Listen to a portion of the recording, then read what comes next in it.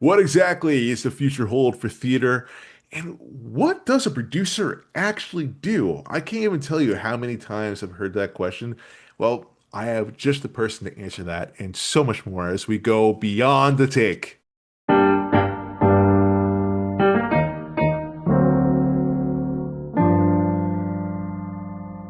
All right, ladies and gentlemen, welcome to a whole new episode of Beyond the Take. I am your host, actor, producer, Marc Chouen, and I am here with a special one, ladies and gentlemen. This man has done multiple jobs producing in the world of Broadway. He's brought to you Othello, one of the producers in there, which was started by, someone named, you may have heard of him, Denzel Washington, Jake Gyllenhaal. They're up-and-coming actors. I think they'll be okay. And he's lately ventured into film as well. So we're going to dive into the beautiful mind here of Mr. Cody Lassen. How you doing, sir? I'm doing not bad. Other than the rainy, gloomy weather in New York today, I'm hanging in there. Thanks for having me on, Mark. Since when, first question, when did New York become the new Seattle? Yes, I know. And these swings. It was 100 degrees last week. Now it's like feels like it's 70, and I don't know. Oh my Lord. And by the way, I've definitely left off quite a few accolades, quite a few plays here. Like, let's look at that stunning background you have there Yes, of I can all the do shows. I can do two more shows, and then the wall is filled, and I'm I'm And is over. that it? Are you doing the whole Quentin Tarantino? You just with the wall filled up. That's No, it. You're done. there's I can squeeze two more rows in. All right. Let's go, Cody. Let's talk, man. Because you're the first guest I've had, right? That strictly a producer, right? And predominantly in the world of theater. And I've been dying to have you on to specifically talk about this itself. I mean, well, first off, I'd love to get more into your background here before we dive into like, what's currently going on in the world. So get into the world of producing. Is this something that you've always wanted to do, or did you have any aspirations of being in front of the camera or anything like that at No, all? I've never wanted to act or sing or dance or write or direct. My interest has always been on the business side, but I think as a young kid falling in love with theater, I didn't know that was a career path. And I think even today, most parents don't understand, if you have a kid who loves theater or loves film and television, they think of the very visible roles, the actor, the director, the writer. They don't understand that, if you want to work in these industries, you can also be an accountant, an attorney, an electrician, a carpenter, an administrative assistant, a marketing expert, basically all the jobs in the real world that exist in our world in a very special way. So it wasn't until many years later that I had to move to a different city and got a job working at one of the big studios, and kind of got involved in theater because they were also producing Broadway plays and musicals, and realized like, oh, there is a career path here. This is something I can do. What was your first job starting out? Oh God, I mean, it depends how far back you want to go. When I was in high school, I worked at like a mini golf and go-kart place, and that was But my first job ever. specifically in this world though. Um, That I mean, I guess also during college, like I've never waited tables. My survival job was being a PA on film and TV shows. So that was probably my first true entry, was being a PA, schlepping gear and running errands and getting the first team from their trailers when it's time to shoot.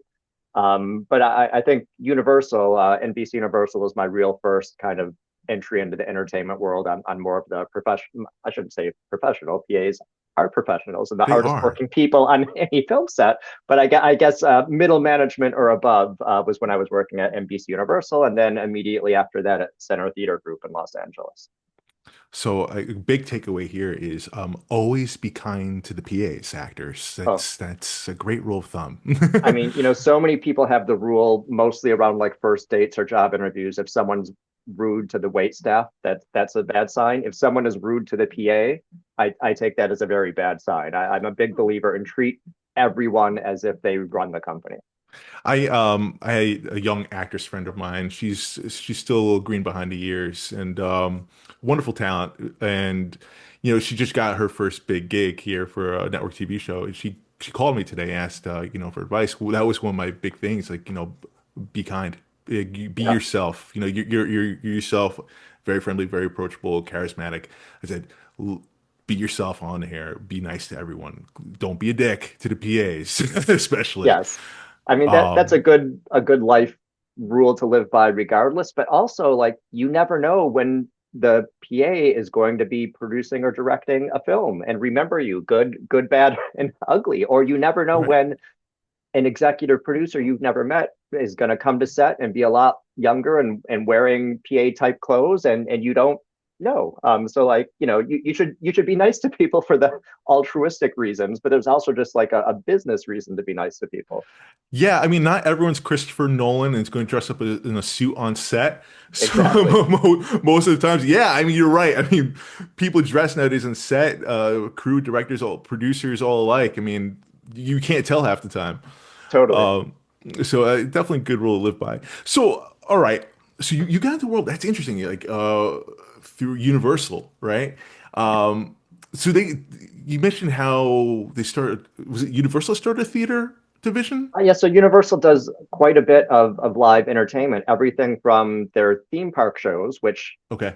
which frankly have budgets that are larger than most Broadway shows. Wait, really? Um, yeah, I mean that think of it this way: of a theme park show is generally running 8, 10, 12 times a day. They're usually pretty short, about 20 minutes, because they have to cycle people through. But you're building these things to last for a decade and beyond. They're all equity contracts, IATSE stagehands. It's really almost, similar to the level of Broadway. But Universal also is the lead producer of Wicked, the musical, one of our most successful musicals ever, of Bloody Bloody Andrew Jackson. There's more I'm forgetting. But they're one of the few studios other than Disney that has a really robust internal live theater department. It's something maybe it's ignorance into the theater world, but like I never really put two and two together. And when you start rattling off like Wicked, and yeah, it makes sense. I Yeah. didn't think of it like that. Mark Platt, the producer of Wicked, both the stage show and now the movies, originally optioned the novel as a feature film. And while they were kind of working on drafts of the screenplay, he said, you know what, I think this is a musical. And so it was Universal first thought it was a film project, then it went to Broadway instead, and of course now has gone full circle and back to film. Yeah, yeah, and major hit. Lots of money came in Yeah. from that one. Now, speaking of money, I mean, let's dive into it, into the events right here in the world that we live in right now. Um, we've gotten friendly over the last year. We met a couple times. Sardis, what's Of up, course. Sardis? Can't wait for you guys to come back already. Same. But like, we were talking about Broadway, right? And we're talking about theater with like, what's going on in film and TV that there's, you're starting to see a resurgence in theater, but then you start seeing people saying like, oh, theater right now, Broadway's taking a hit financially. Um, which way do you see it right now? Uh, I mean, so many thoughts on that, but I'll keep this brief. First of all, Broadway has always been risky, will always be risky, but no more or less risky than any other startup. So yeah, every once in a while we get these articles of like, oh my gosh, Broadway's dead. Who's ever going to produce a Broadway show? The Yeah, I odds are recently stacked saw against that. you. Yeah, but here's the thing: restaurants fail at a much higher rate than Broadway shows. But you don't hear people saying, well, restaurants are dead. Who on earth would ever open a restaurant? That's an industry that we need to leave behind. Tech startups fail at a much higher rate than Broadway shows, but you never hear someone say, who on earth would start a tech startup? There will never, ever be another Uber or Amazon or Airbnb. The sad truth of it is a new startup company in America, and I imagine in most countries, is more likely than not to fail. And a Broadway show is no different than any other business you're starting up, is that it's a very risky endeavor. Now, on the flip side, we're less risky than a lot of other industries, which raise a lot more capital than we do. But our success rate has remained remarkably similar for the past 100 years. And just about a year ago, the New York Times wrote an article that kind of said, "Gosh, the industry is imploding. Expenses are too high." And I posted a LinkedIn post the very next day, and I shared a headline, an actual headline that said, "Broadway expenses are just increasing faster than inflation, and investors are leaving in droves, and Broadway's dead, was from 1929 in Variety. So literally for 100 years, and I shared like 4 or 5 other headlines. Basically, every 5 or 10 years, some very high profile media outlet writes the exact same story about how Broadway's dead. This is not sustainable. It's an industry that's high risk. We don't have any economies of scale. Everything is bespoke for that production.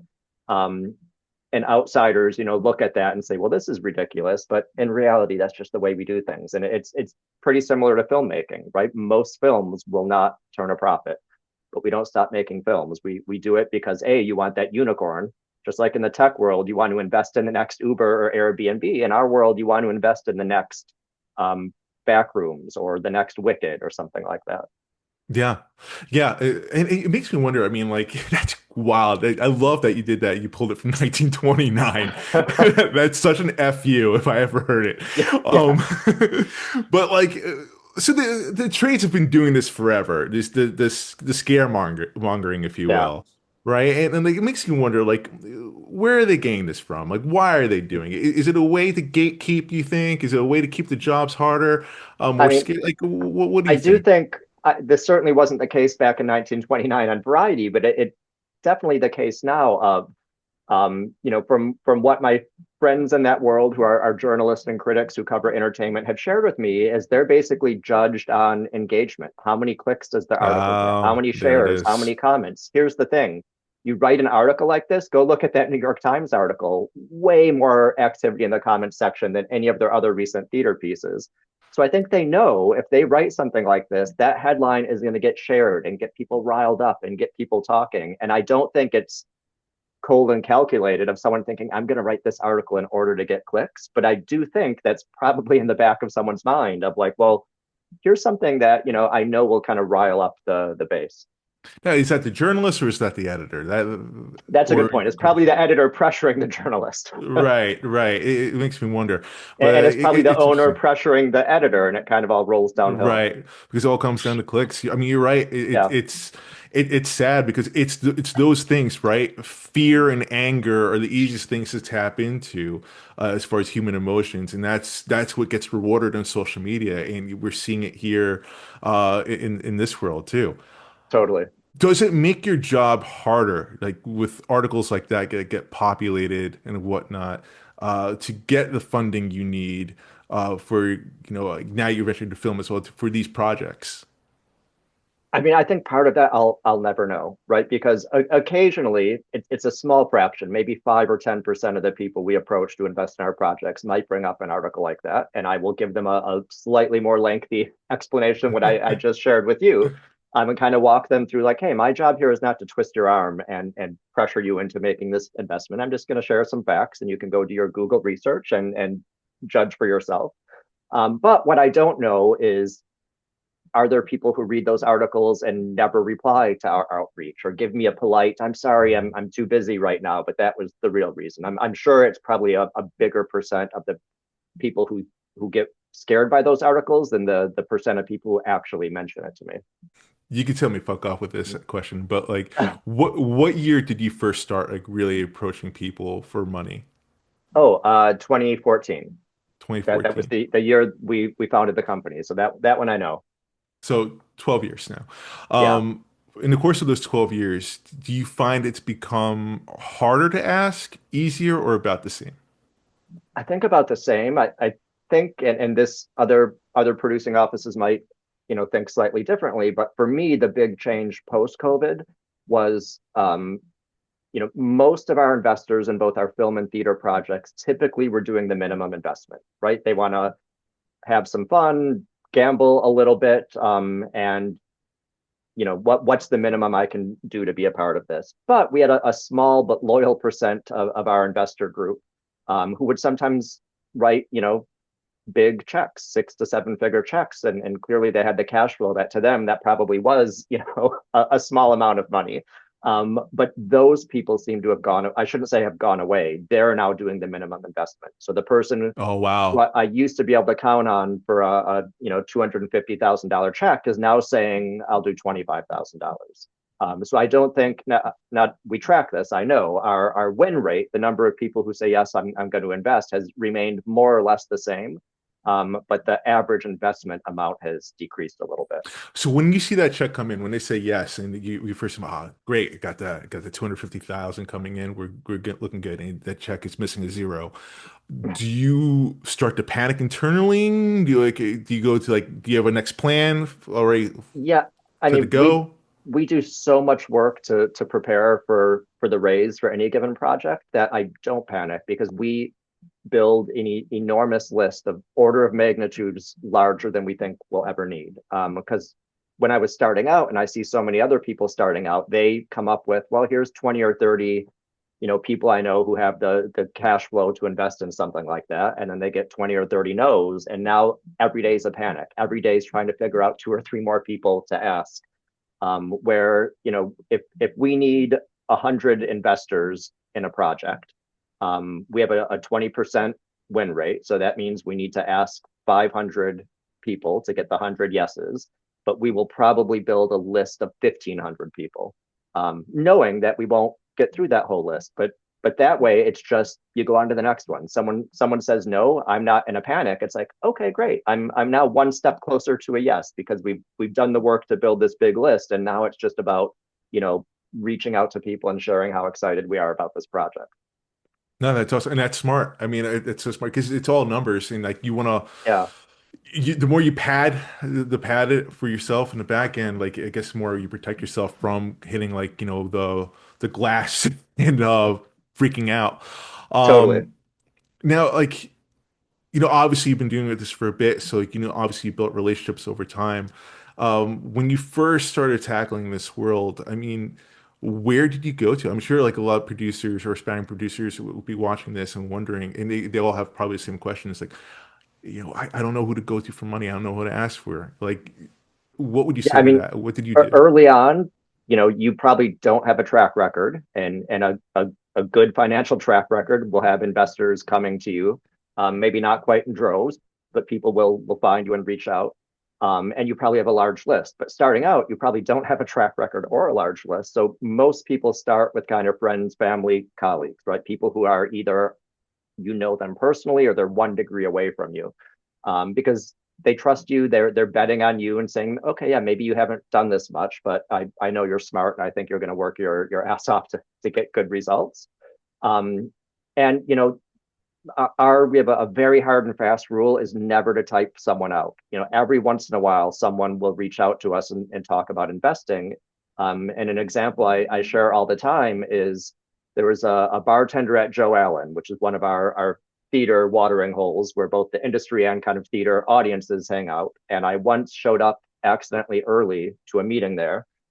And I said, Aaron, can I just park myself at the bar and open my laptop? I've got an hour to kill now. And she started asking me questions about investing and producing theater. And I think a lot of my colleagues, honestly, and by the way, I didn't know her beyond Erin. I think she only knew me as Cody, who drinks vodka soda. That was the extent of our relationship. But I thought, well, I have an hour to kill, and I have nothing urgent going on. So let's give you a quick crash course in producing. She raised six figures for me in a matter of weeks. What? Aaron, the bartender at Joe Allen. And it makes sense when I think about it. She said, Cody, I spend my entire shift talking to both theater producers, investors, and people who love theater. Like I literally talk to, people who might invest all day long. And Wow. so I found that the person you think will be a sure thing, the multi-billionaire who loves theater, is usually the person who says no, and the person who you think never in a million years could they afford this or know people to bring into the fold. That's usually the person who ends up coming through for you. Wow. What a story. And Yeah. yeah, I mean, initially, I don't think anyone would think of that, but it does make sense what you say. Does she still work at the bar? Is she doing No, something else now? she works at she moved out of town and now works in theater at a great regional theater. So still definitely in the industry. I was gonna say, man, after that, she definitely earned her way up. Exactly. And we're clearly there are regulations against soliciting on both the film and theater side about how you can raise money. So without offering advice here that might get someone in trouble, what I will Right. say is that both on the film and theater side, the big investors and bundlers are publicly available. On the theater side, if you go to Playbill, you can look at a scan of every playbill ever printed, and all the names above title are people who raised money for that show. On the film side, you can go to IMDb Pro. You can look at who were the executive producers on almost every film, and probably half of them have contact info and IMDb. So in terms of building your network, meeting other investors, those are two very public databases full of people who've done this before. And so I certainly would see no problem with, again, we can't necessarily solicit strangers, but you could call someone up or email them and say, hey, could I pick your brain? Could I buy you a coffee? Could I talk to you about, how this all works? Yeah. Yeah, and that's a smart way to go about it. I mean, like, of course, there's a fine line, but like, as you said, I mean, the picking the brain and just forming a relationship, I think goes a long way. Exactly. And being honest about what you're looking for, right? If you're looking Yeah. for investors, don't be shy about that. Don't tell someone you're going on a social drink and then hit them up for money. But also Yeah. don't hit people up for money on your first meeting, right? Raising capital is about relationships. So if your first meeting is truly, I want to get to know you. What kind of projects are you interested in? What kind of things would you like me to share with you in the future? That's usually a better first step than kind of a cold email saying like, hey, you don't know me, but here's a project I have. Right. That's so cringe, right? Yeah. Um, I heard a good outlook in this. It was more from like an actor agent perspective, but I think it goes for like life and even with this, especially probably with this, it's like, when you're reaching out to someone, it's a two-way street. A lot of times, I'm sure you see it too, people reaching out to you just like, you know, what what you can do for me, right? Like help Yeah. me, help me, help me. But like it's you really want to be the solution to someone's problem and like, be collaborative, form that Oh, relationship. completely. I mean, that's kind of how the world works, but especially in the entertainment industry. There's a lot of quid pro quo in a very unofficial manner, but there's oh gosh, you raised a nice chunk of change for my project last year. You've got a project coming up next year. Clearly, I have to like the project and think it might be profitable. But then I'm going to be more apt to support that person because they've supported me in the past. No, absolutely, absolutely, and then that grows, right? You work well together, it does well, and you keep that relationship going. Exactly. Um, But finding your people is, half the secret is being persistent and finding your people. finding your tribe, finding your tribe. I'm a Yeah. big believer in that, and I think in all this stuff that we're saying, it sounds like common sense. Even your story about the bartender, now that you say it, that's common sense, but I feel like Yeah. it's just, I guess the blinders are on, and we don't necessarily see what's in front of us. Exactly. So my rule is, share what you're working on with literally everyone in your circle, with strangers you meet.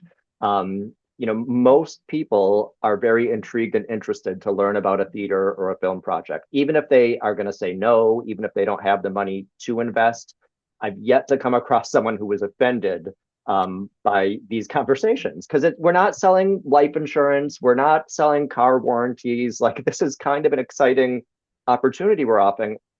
And I found that most people, again, even the ones who are like, yeah, I can't do this, but can I still get 20 minutes of your time? I'd love to learn how this works. Right, right, right. Because it's a fascinating industry that we're in. Like, I feel like anytime someone finds out that I act or I produce, as someone that's not inside the industry, like they just have a million questions for me, like a Yeah, million. And I always dig the enthusiasm, and I'll answer as honest as I can. But yeah, it's interesting. Like no other industry really has that. exactly. You don't, if you're at a cocktail party and, someone says they work for an accounting firm, rarely do you start grilling them with questions and say, tell me more. What is your day to day like? Unless you have like real serious tax problems. And yeah. Yes, exactly. Yeah. And more so No, that no, can I yeah, trap you in a corner real fast? yeah. And no offense to my accountant friends in the world, we need you. I hire a lot of you, but maybe not the most interesting thing to talk to someone about who's not in that world. And they know, like Yes, they don't want to be. I think you ask any accountant's worst fear to be in the spotlight. totally. Yeah.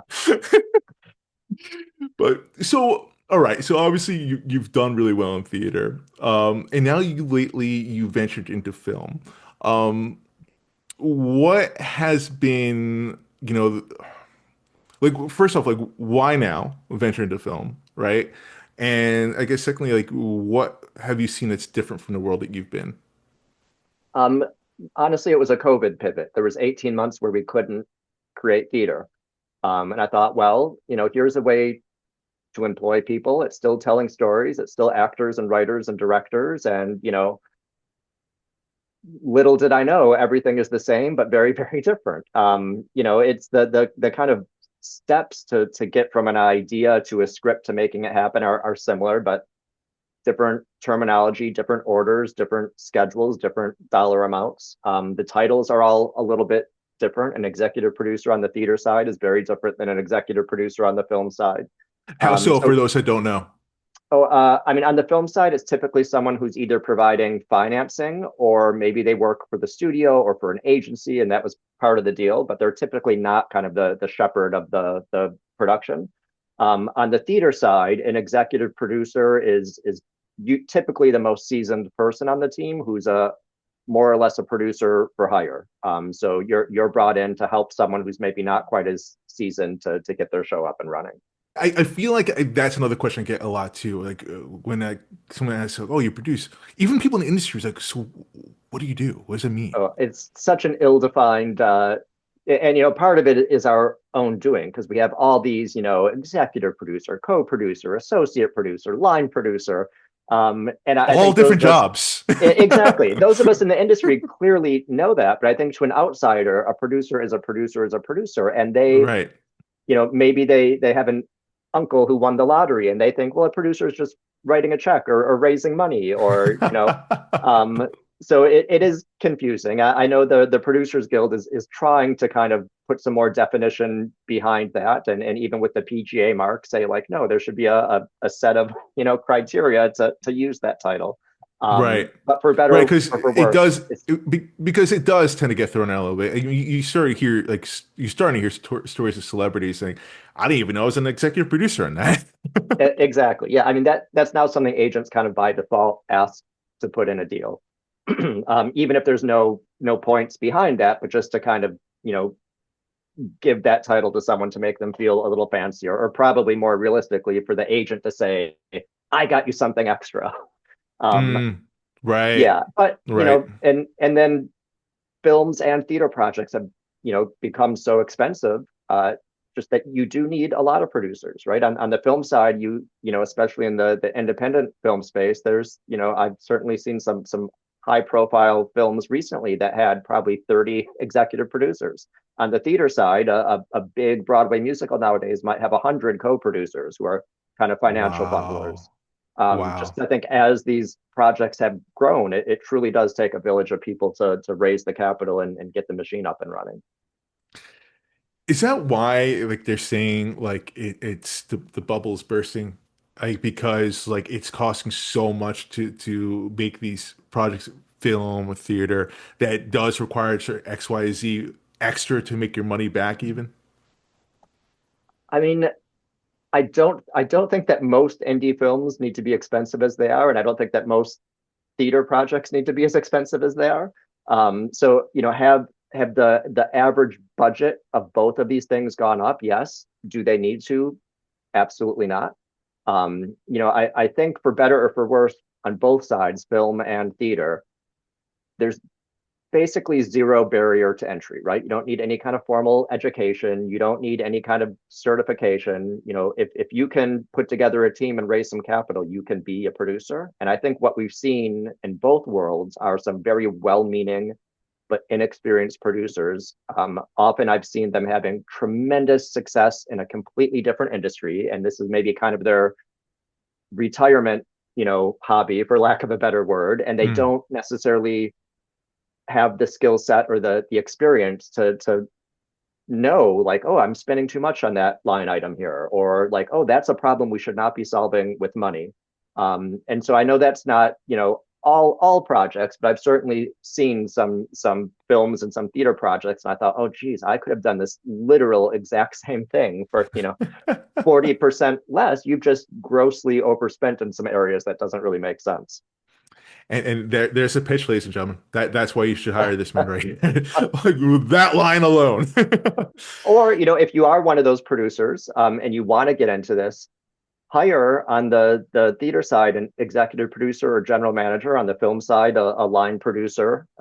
You can buy that experience basically of stack the deck, get some people on your team who have a great track record, and say, you know what I don't know. I'm doing this for the first time, and I'm going to be the one calling the shots, but I want a nice team behind me to advise me.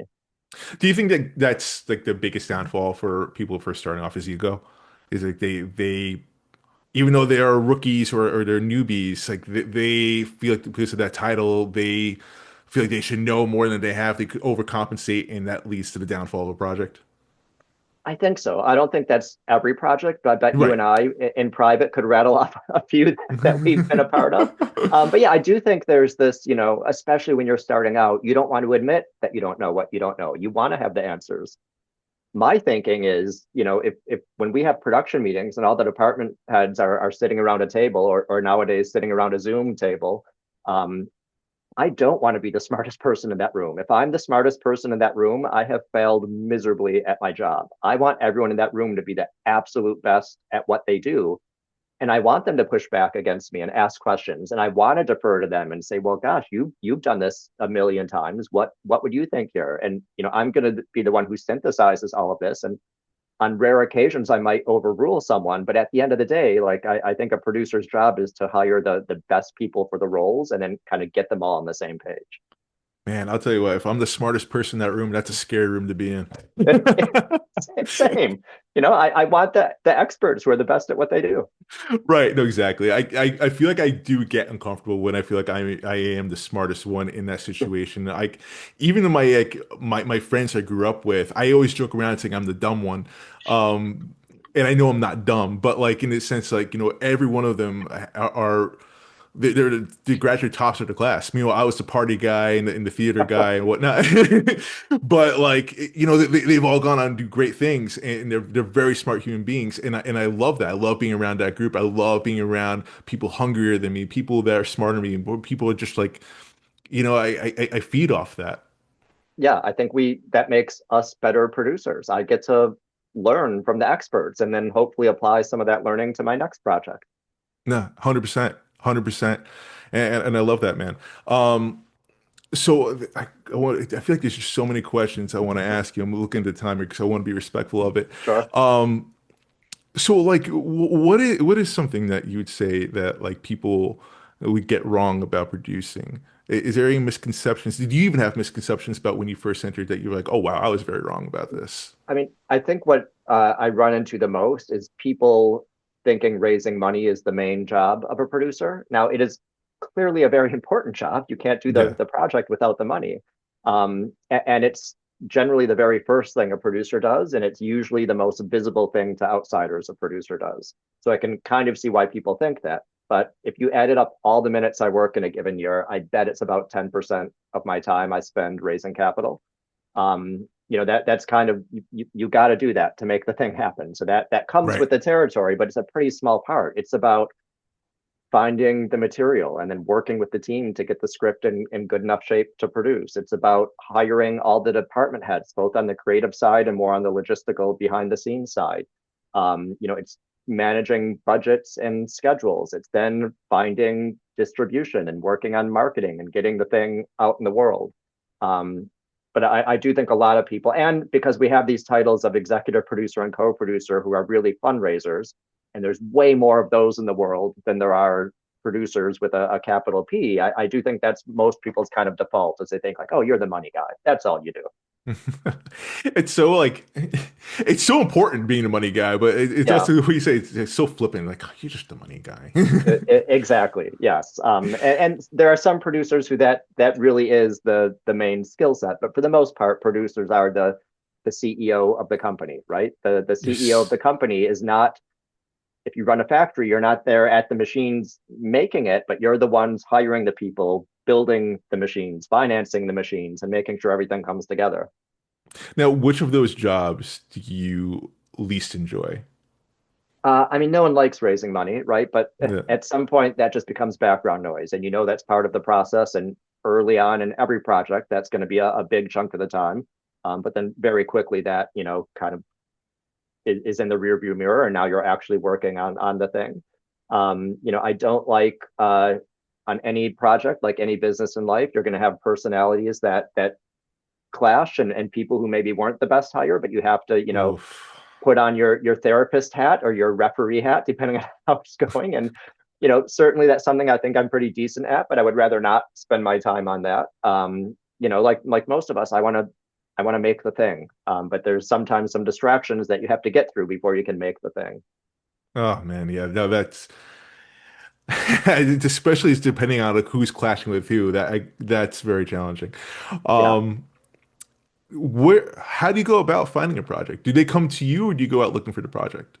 Yeah, for the most part, they come to me. I mean, we get a large amount of just unsolicited scripts coming to us. I wish I had the time to read more of those, but if I did, I would do nothing but read scripts for my entire day. So really, there's two paths for the most part of how projects get to us. The first one is through the agents. All the big agencies know my taste, my budget comfort zone, my timing of when I might have time to take on a new project.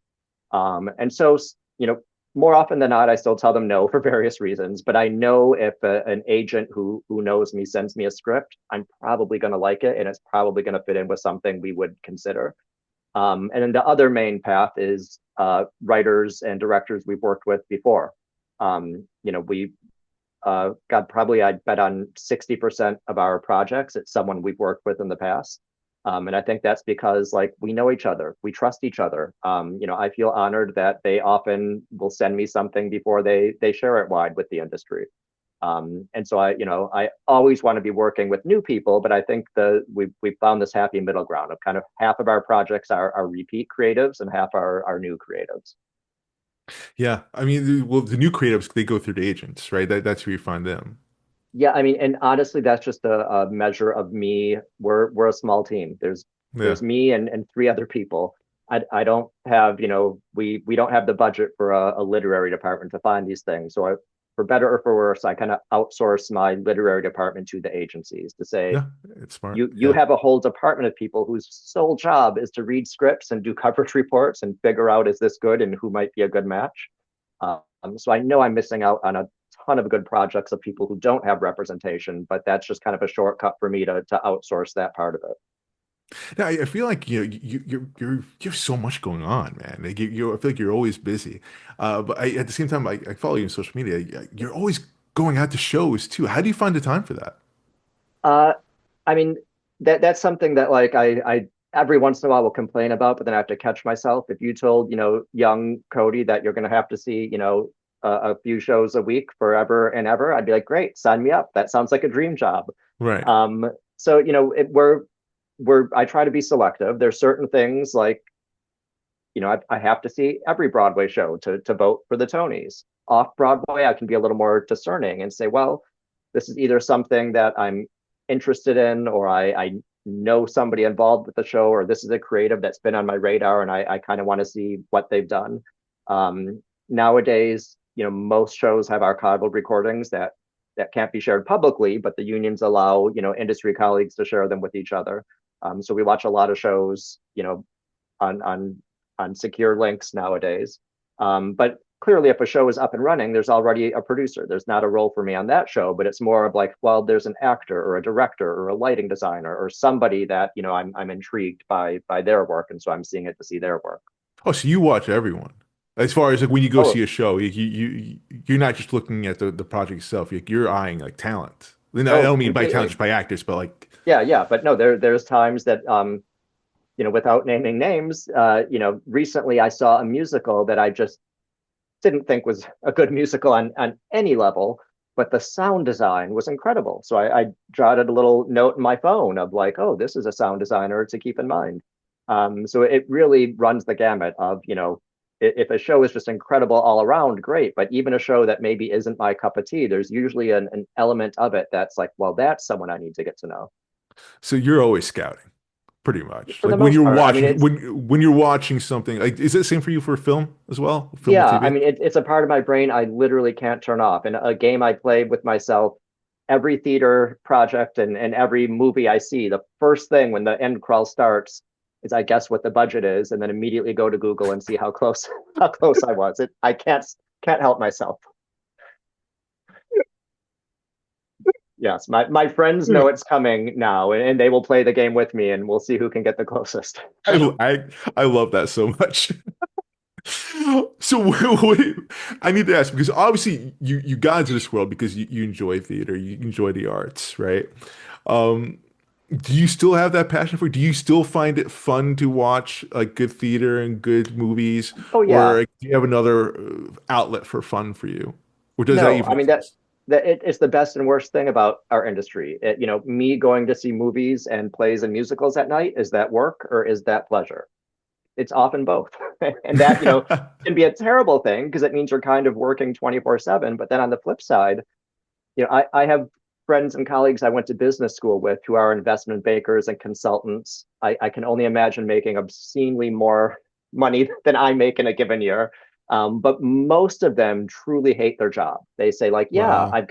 I've got a second home and I've got a boat and I fly first class, but like I don't care about what I do. And some of them actually hate it. And I think even on my worst days, my days where I'm stressed and I want to just like cry and give up, I still like what I do. And I think that's important.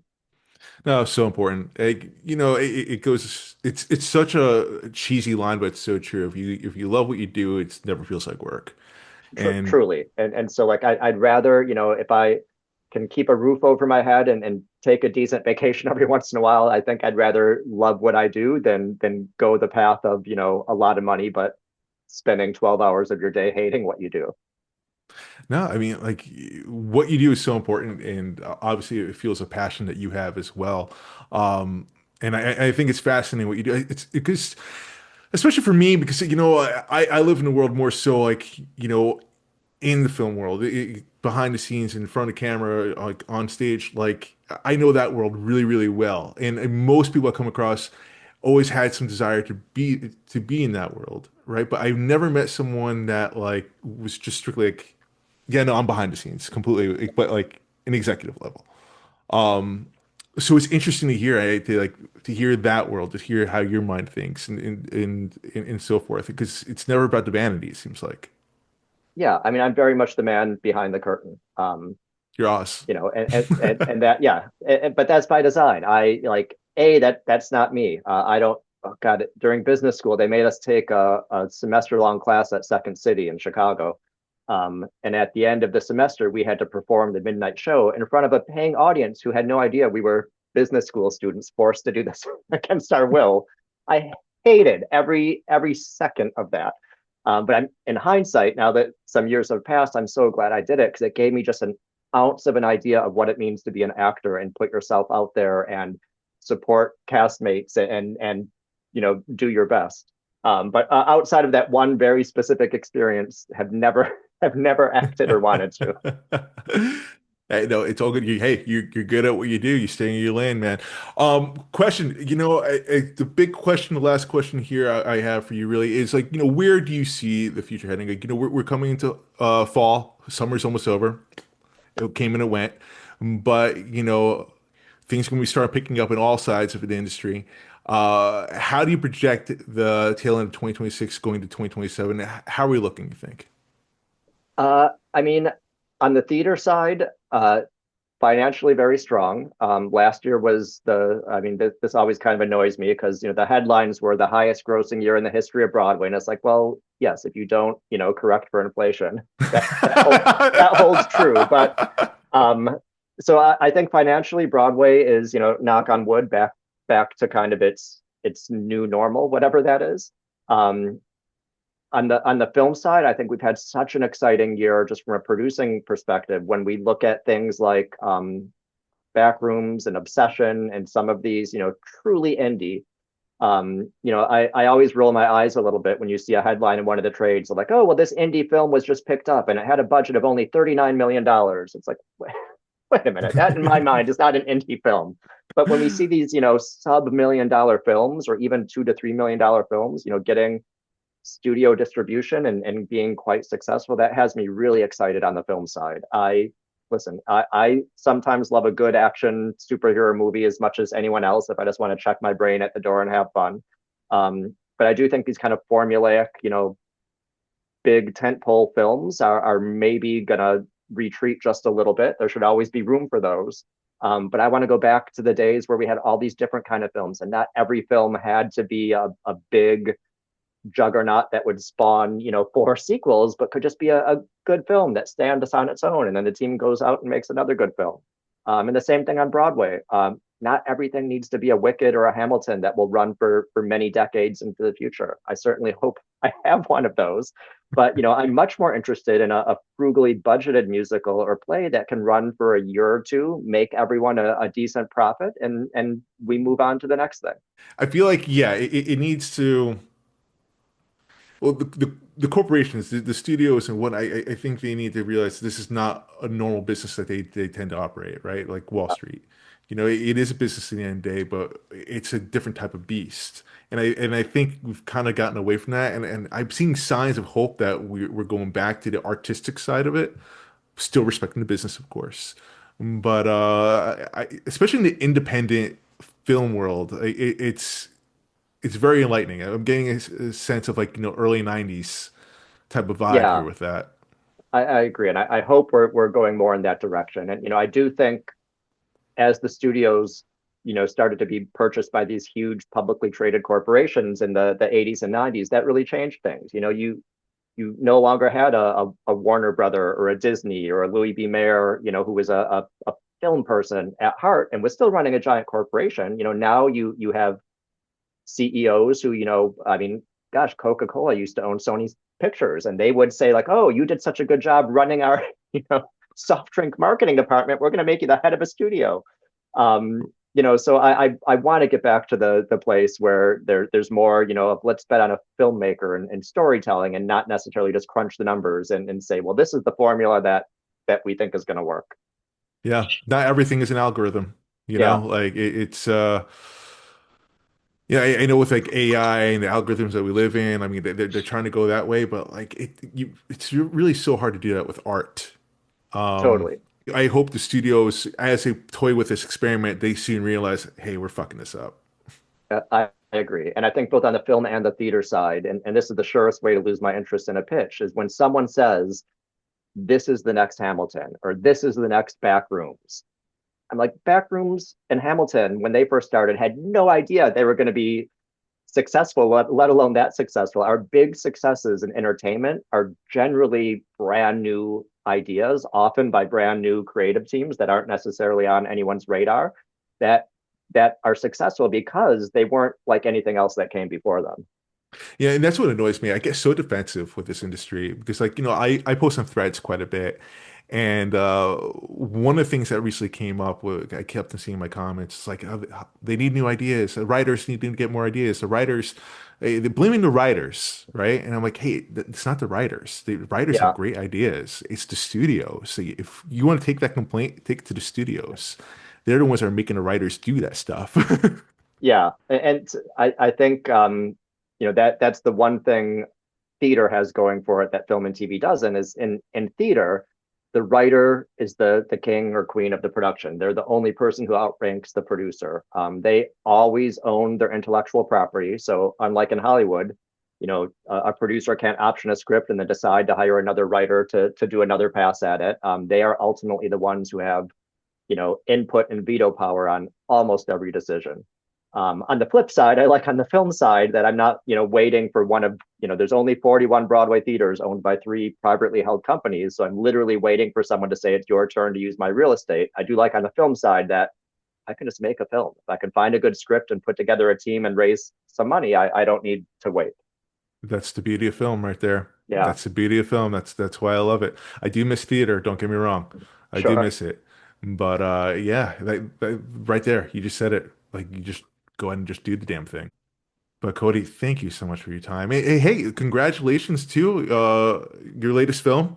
Let's talk a little bit Thanks. about Yeah, we just sold actual Nobodies at Cannes. Again, a very low budget, sub-$1 million um, indie feature, which is kind of our sweet spot. It is $2 million and below. That's a budget that it doesn't need to be a breakout hit to make its money back, but has kind of a fighting chance. That's awesome. And so in the film world, you discover writers same way for that, the way you do for theater? Yeah, I mean, in the case of this film, this was a writer who I'd produced one of his theater projects, and he pitched me this idea, and I thought, well, this sounds great, and I That's know you and awesome. trust you, and know you're a great storyteller. That's awesome. No, that's beautiful. And the fact that you got the distribution deal done too. Hey, you're succeeding in both worlds, man. You're one of one. But with for every success, there's plenty of non-successes behind the scenes. But you push through, and that's what makes you you. Yes, exactly. Well, Cody, thank you so much for your time. Much love to you, and I can't wait for your next venture. Please let us know what you're working on, and I'll gladly go out and support. Will do, and I hope to see you at Sardi's as soon as they reopen. Yes, let's do it. Cheers, my man. Bye. What a guy. Nothing but love for Cody. I met him a year ago at Sardi's through chance encounter. I was hanging out with my manager and they knew each other, so we just started talking. I was venturing into theater at that point, to possibly produce something, and he was going to his first film project to produce something. We're just picking each other's brains and whatnot. It just formed such a good relationship. I continuously pick his brain about theater and whatnot, and just overall a good guy, a really good guy, really knows his shit. And I see him. He's doing some great work with film. Obviously, he just had a great run in Cannes, which I've been meaning to ask him. When we brought that up at the end, I was like, oh shit. But I could talk about producing forever, and I think it's a good conversation to have. Whether you're aspiring to be a producer in film or theater, or even if you're just an actor, it's good to know these roles. Um, and who does what. And even like, hey, I mean, a lot of producers wonder, or aspiring producers wonder, how do you find the money to invest into your project? And he gave some great notes, and that hell of a story from a bartender with one of his earlier gigs. So you never know. You never know. Always go through your contacts. But thank you for tuning in. Thank you for listening, and for being a loyal supporter of the show. Please continue to share, subscribe. I think that's what the kids say. And yeah, follow us on social media at Beyond the Take Pod. And yeah, would love to hear your input. And keep on grinding, my friends. I think things are going to get better. I think so as we head into 2026, 2027 season. I think we're looking good. I think we're looking good. We'll see. I know we've been saying that the last few years, but I think this is different. But time will tell. Much love, guys. Cheers.